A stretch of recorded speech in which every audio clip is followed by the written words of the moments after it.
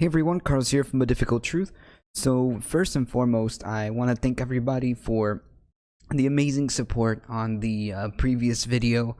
I didn't expect it to blow up like that, but really appreciate it, guys. And again, if you enjoy the content, make sure you like, subscribe, share, all that cool stuff. You can also follow us on Twitter if you want to start a discussion there at twitter.com/adifficulttruth. You can like us on Facebook at facebook.com/adifficulttruthofficial.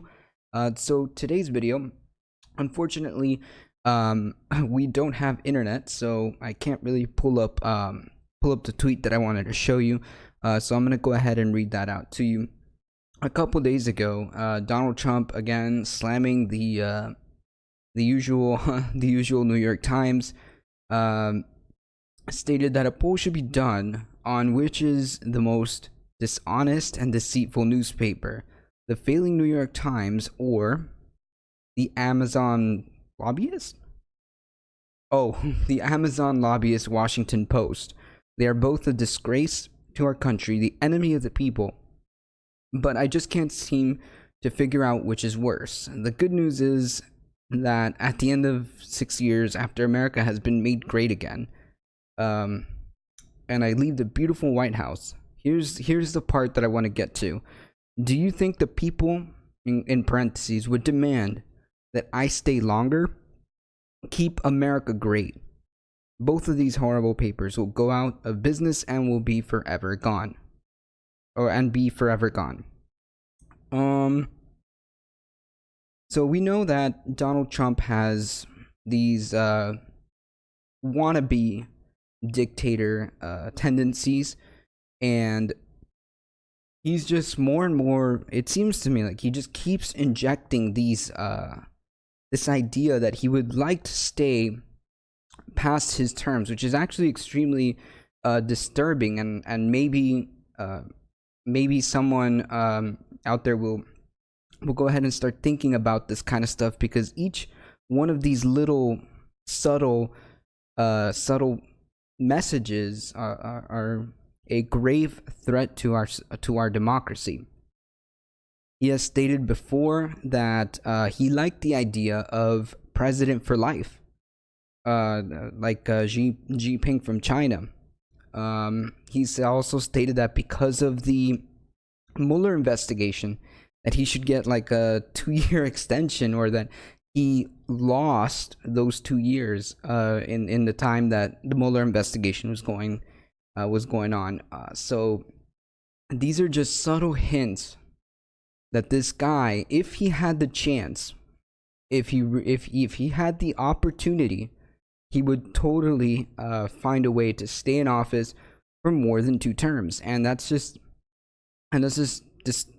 cannot be. That threatens the very fabric of our republic, the very fabric of our democracy. I don't care if it is the best president in the world. I don't care if Bernie Sanders gets elected and serves his 2 terms. I would never want a president to exceed that. In fact, I would want term limits to be imposed on Congress members. That should be, I mean, even this guy has talked about it before, but the idea that he keeps kind of pushing, that even if it's a joke, I don't think it's a joke, but even if he claims that it's a joke, that he's not being serious, it's still not to be taken lightly. This guy needs to be voted out. Clearly, the Democrats in the House are stumbling with this whole impeachment stuff, but this guy needs to be voted out in 2020, and we definitely have the candidates to do it. We have a few candidates that can do it. We have Elizabeth Warren and Bernie Sanders both beating him in key battleground states, both in a new poll showing that he is losing badly in Florida. So much so that he is firing his pollsters. So much so that he's now calling Fox News fake news, which fake news basically means anything that doesn't agree with him. But the point is, someone who continuously bashes the media like this, someone who has been toying, joking, throwing out, priming the pump that he should be able to stay longer than the 2 terms, saying that things like, oh, I should get those 2 years back while the Mueller investigation, saying, oh, president for life sounds good. In parentheses, saying that maybe the people will demand that he stay longer. I mean, it doesn't matter what the people demand. The Constitution is clear, and I'm hoping that some of you who are pure constitutionalists and people who believe in our democracy, who believe in our rule of law, in our sacred document that has been that formed our republic over 200 years ago, that you would respect that and understand that, and understand the danger that this guy poses, and help vote this guy out. No candidate is ever going to be perfect, but we can't have someone who has these kind of wannabe dictator traits. It's just un-American, if you want to put it that way. But he consistently bashes the media, so that's authoritarian. Would like to jail political opponents if he had the chance. Would like to stay more than 2 terms if he had the chance. Has this affinity for dictators like Kim Jong-un. He fell in love with this guy apparently.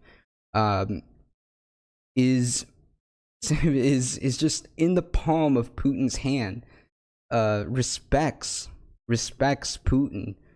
I mean, it's just honestly appalling, and I keep telling myself every time I see this, every time I hear him do something like this, I kind of brushed it off, to be honest, but every time I see him do this, I'm like, this can't happen in the US. This is like nonsense. But more and more, I see that almost anything is possible. So we cannot let our guard down, because that's how democracy falls. It's important that we keep our guard up. It's important that we vote this guy out, since Congress is not doing their job of at least beginning to inquire, beginning to do impeachment hearings.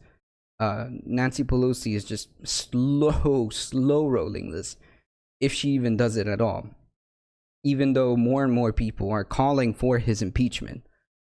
But that's not going to happen. And even if that's just not the quickest way to get this guy out of office, all we got to do is just go out and vote in 2020. That's literally all we got to do. And the new Democratic primary, the new Democratic lineup is coming next week, so I'm definitely excited to see that. I may do a video on that. I'm definitely excited to see how Bernie Sanders fares in the big boy stage, and how Elizabeth Warren fares in the tier 2 stage. Although I think it's odd that she's in the tier 2 stage, but they said it was random, or they just wanted to kind of split the heavy hitters off. But either way, I'm definitely excited to see how these candidates do in their first debate. Let me know what you guys think in the comment section below.